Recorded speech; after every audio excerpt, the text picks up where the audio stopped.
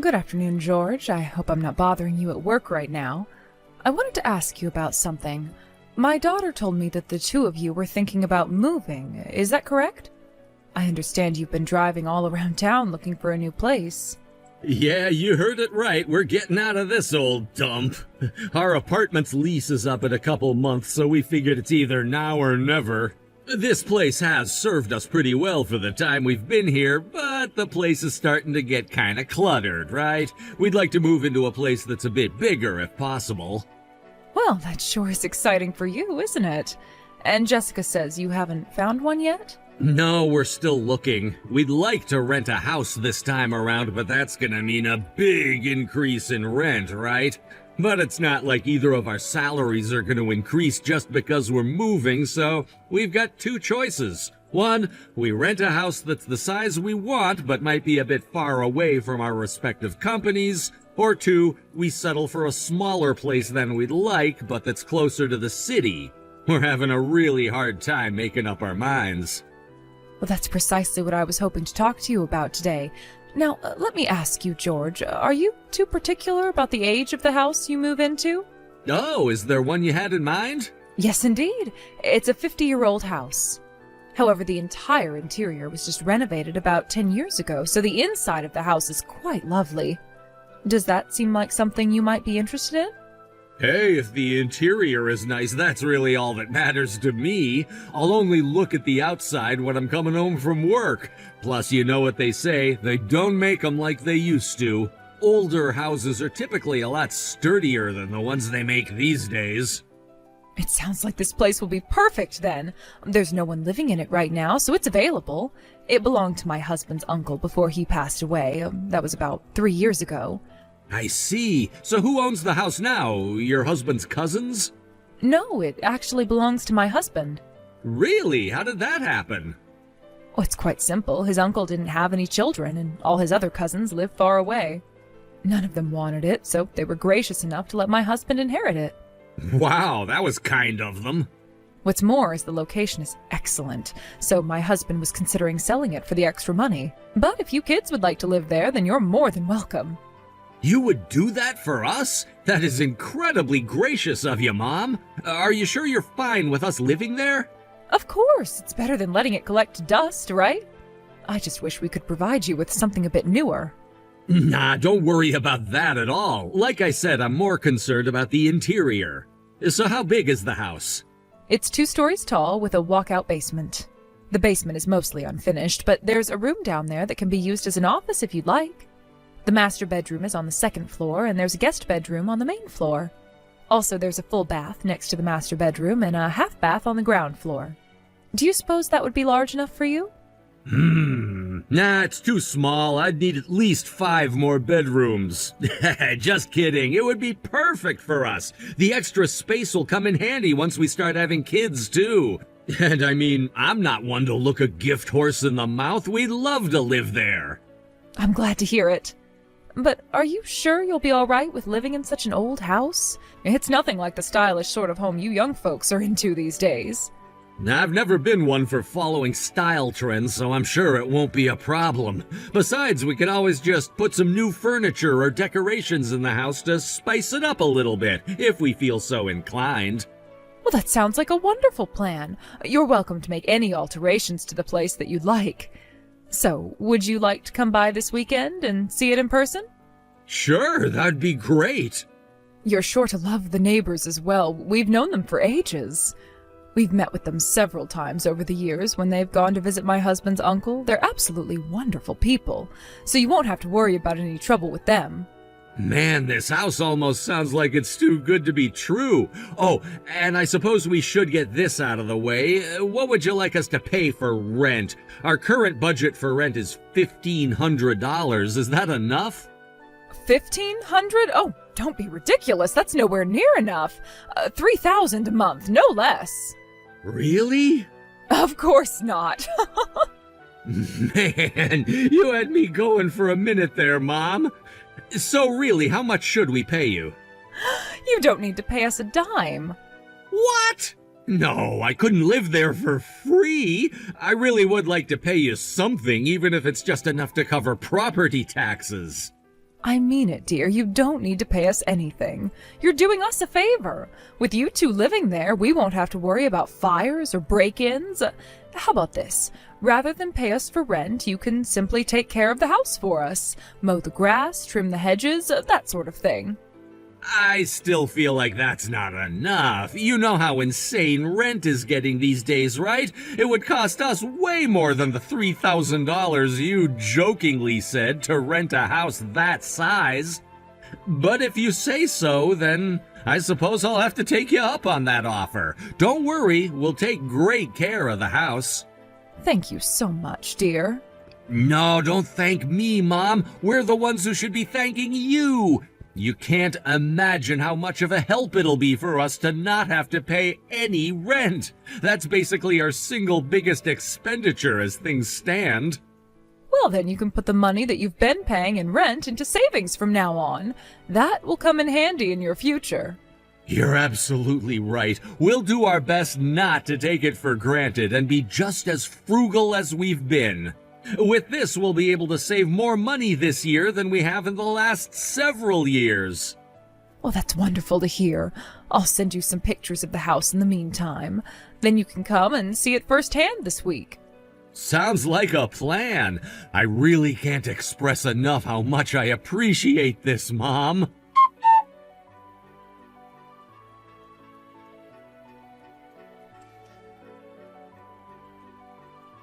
Hey there, Mom. I just wanted to tell you thanks again for helping us out with the move the other day, as well as for the gift you gave us. You didn't have to do that. It's enough of a gift that you're allowing us to live here. Really, with this, you won't even need to give us any Christmas presents for the rest of our lives. Sorry it took me a few days to send you a thank you message. We've been busy, as I'm sure you understand. Don't mention it, dear. It was our pleasure. Have you gotten all your things sorted out then? Yep, we just got finished unloading the last cardboard box yesterday evening. Excellent. And are you getting accustomed to the house? How is it treating you? It's better than I ever imagined. I can't believe we put up with living in an apartment for as long as we did. This is fantastic. Are you finding it comfortable? Well, the age of the house still has me concerned. Everything about the house is great, Mom. It's like you said, the renovation was really well done. I especially love the full bath on the second floor. It even has a built-in jacuzzi.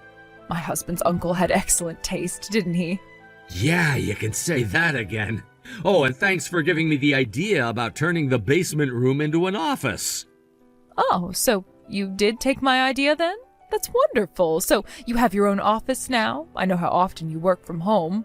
Yeah, that's one of the wonderful things about running your own business. You end up taking work home with you just about every day. I've had to set up shop in the middle of our living room up until now, which Jessica wasn't a big fan of.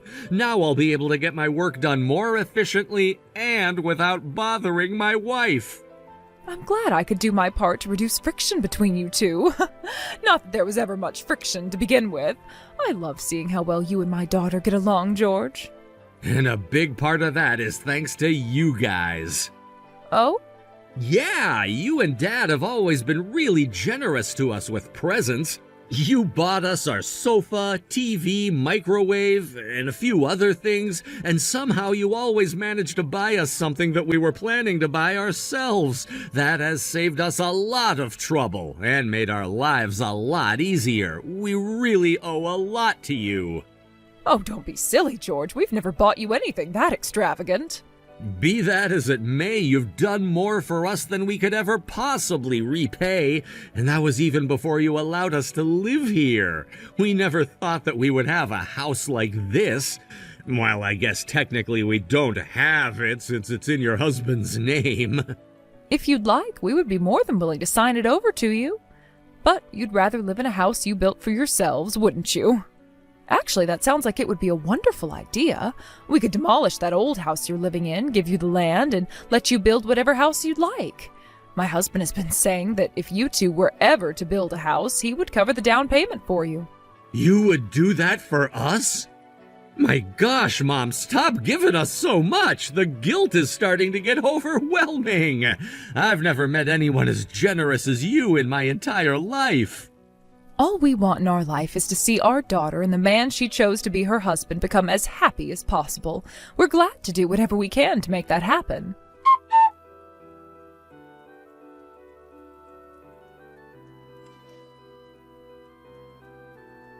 Good evening, George. I hope I'm not disturbing the two of you by texting this late. Are you going out to dinner or something? Hey, Mom. No, I'm out of the house right now, but Jessica should be at home. Why do you ask? She's at home, is she? Oh, that's strange. There doesn't appear to be a single light on in the house. I thought for sure there was nobody home. I just so happened to drive by your house on the way home from a friend's house. Huh. You know what? I'll bet Jessica just went to bed early. It's almost like sleeping is her hobby or something. There are some days when she's in bed and asleep before 9 o'clock. Really? Well, that's odd. She was never like that when she was a child. Has she been like this for a while? Is she having any health issues? No, she's perfectly fine as far as I can tell. She's as healthy as a horse, pardon the metaphor. Was there something you wanted to talk to her about? I was just concerned about her is all. I haven't heard much of anything at all from her lately. I try calling her, but she doesn't answer. I text her, but she doesn't reply. When I think about it, I haven't seen her in over 2 months now. I'm sorry, Mom. I should have told you. Jessica is super duper busy right now, and it's all my fault. What do you mean? I'm having her help me out with some work stuff. Could you be more specific? She was an accountant back before we got married, and her license is still valid, so she's taking care of filing my company's taxes this year. I was never very good with numbers, taxes, paperwork, and that sort of thing, so having her do it for me is a massive help. It lets me focus on the more important business matters. I see. And the reason it's particularly bad right now is because we got a huge influx in orders in the last quarter. She's got a stack of paperwork about a yard high that she's got to sort through. So yeah, that's why she's been so busy and tired lately. I'm really sorry. Oh, you don't need to apologize to me, George. I know you're plenty busy yourself. I'm sure Jessica is proud to be able to support such a capable and hard-working man as yourself.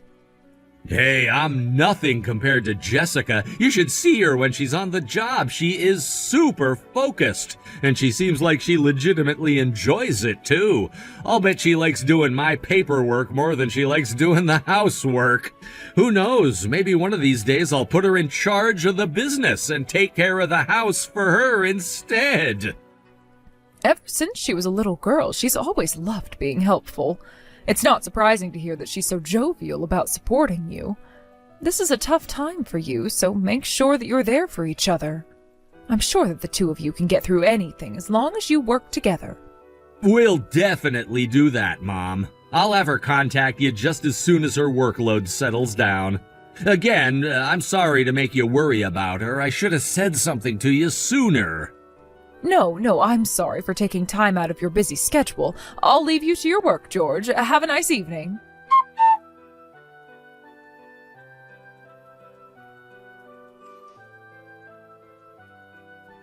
Hello there, George. Do you have a minute? What's up, Mom? I was wondering, is Jessica with you right now? She sure is. We're out on a little mini vacation right now. We're staying at a bed and breakfast in the woods, and it is gorgeous. Oh, well, isn't that nice? Are you enjoying yourselves? Yeah, it's super relaxing out here. We've been so busy with work lately that I thought it would be nice to have a little overnight outing. You know, just to get away from everything and unwind. So is there something I can do for you? Is something up? Yes, actually, I received a call from your neighbors. You know, the couple that I told you we were friendly with. They told me that there was something odd with the house, so I came out here to check on it. I'm standing at the front door right now, and I hear a voice calling from inside the house. But you tell me that you're both out at that bed and breakfast, so what in the world could this voice be? Wait, you're at the house right now? That's right.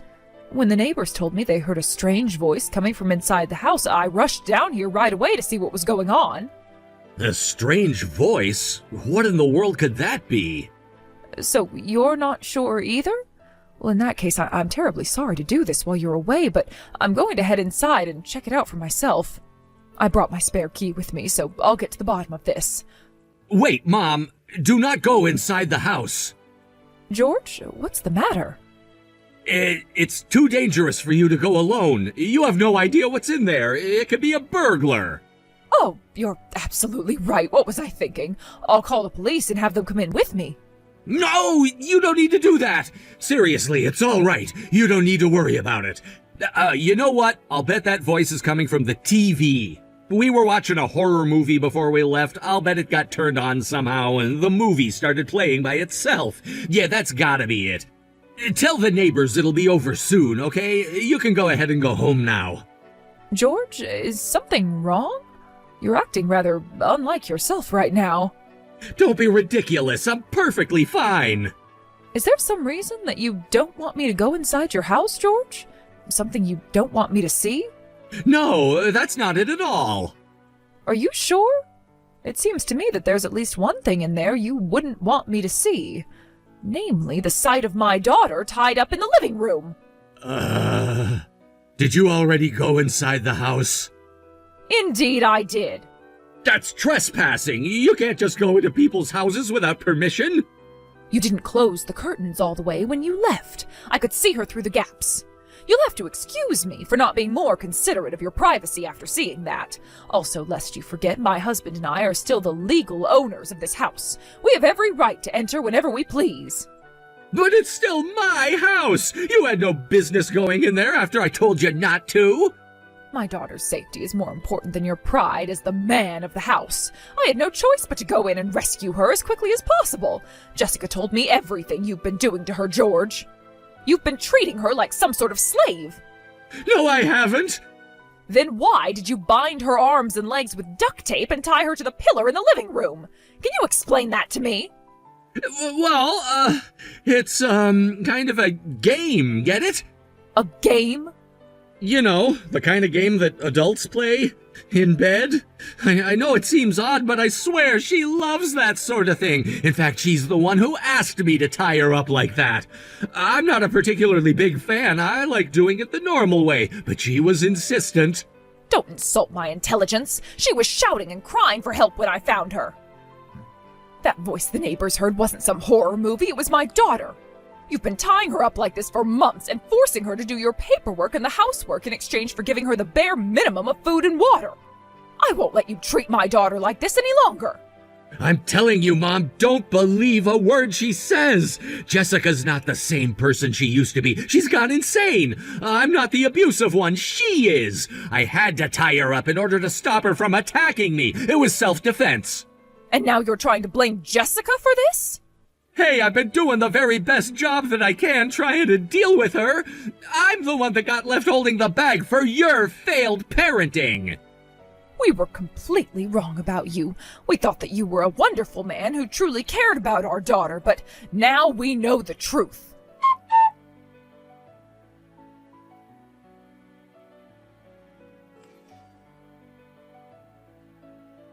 I've just taken the liberty of removing your things from the house. You'll find them down by the road in front of the house. You are no longer welcome.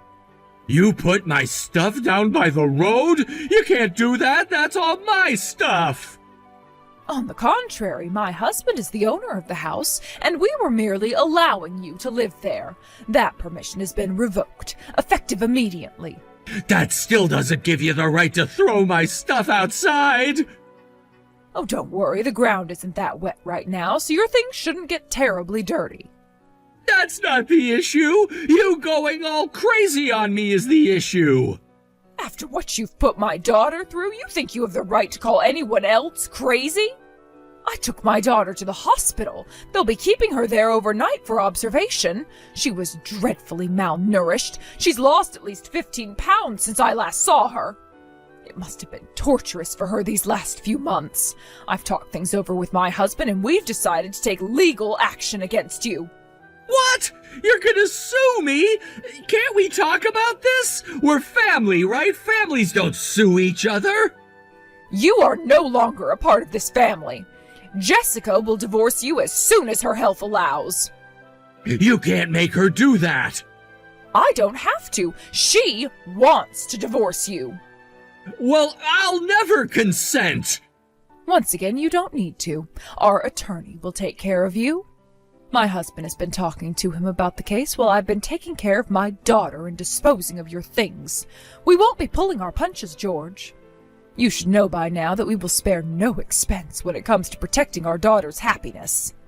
Please, you don't have to do this. All I was trying to do was teach her some discipline. It wasn't torture or punishment or slavery or anything like that. Discipline? Oh, you can't be serious. This is what you call discipline? Exactly what about Jessica was undisciplined, Can you tell me that? Oh, I'll tell you all about it. That girl is rebellious like you wouldn't believe. This was the only way I could get her to stay in line. Goodness, George, is English not your strong suit? Asking you to reduce the amount of work you were forcing her to do is not rebellious. Jessica told me everything. Once she started complaining about having too much work, you started threatening her with violence. What? That's not true. I wasn't threatening her. Sure, maybe I lost my temper and yelled at her a bit, but is that such a crime? Yelling? No, that is not a crime. Threatening her with violence, restraining her against her will, denying her food and water, those are all serious crimes.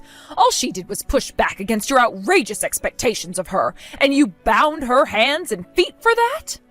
I told you I had to. She was trying to run away. This was the only way to make sure she stayed in the house. Yes, you couldn't have her running away, could you?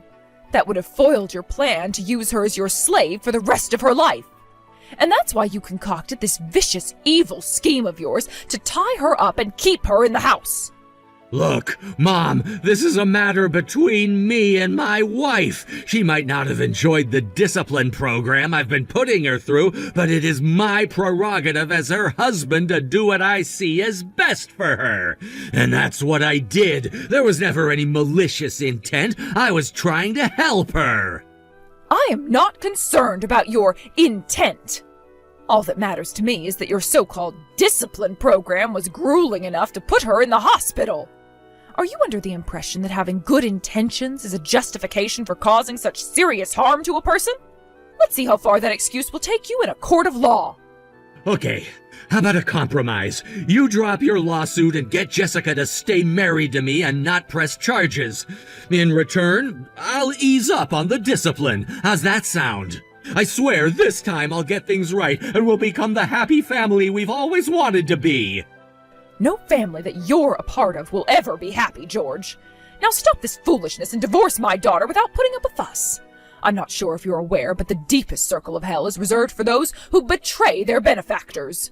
We've been nothing but generous to you, and this is how you repay us? By tormenting our daughter? The time has come for you to go through our discipline program, George. I think you'll find it much harsher than yours.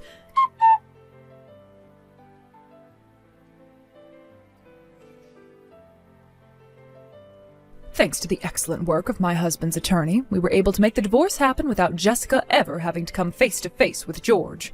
We settled our civil suit against George with a 6-figure lump sum payment to Jessica to avoid a lengthy and emotionally painful trial. George's legal troubles weren't over yet. He went on to face a criminal kidnapping charge for which he was found guilty and sentenced to 6 months in prison. After he got out, he attempted to get his business back up and running, but without my daughter there to do the heavy lifting, it soon went bankrupt. He tried to find employment with some of the clients who had been loyal to his company over the years, but word had gotten around about his crimes. Having become jobless, penniless, and friendless, George added a fourth less to his name, homeless. It's my understanding that he's now staying in a homeless shelter in the downtown area most of the time. We debated what to do with the house they lived in and eventually decided that the best thing for us would be to sell it. There were too many bad memories in there to use it anymore. As for my daughter Jessica, she was released after a few days in the hospital and moved back into our house. Her first order of business was being able to eat normally again. Once she was able to do that, she started recovering quickly. Within just 3 months, she was already back up to a healthy body weight and started looking for work as an accountant again. One of her old schoolmates, a fine young gentleman, has been stopping by the house quite often lately to check up on her. He came to me the other day to ask if he thought it would be appropriate to ask her out on a date, to which I gave my full blessing. I've known him and his parents ever since he was a little boy. I can rest assured that he'll be an excellent companion for Jessica.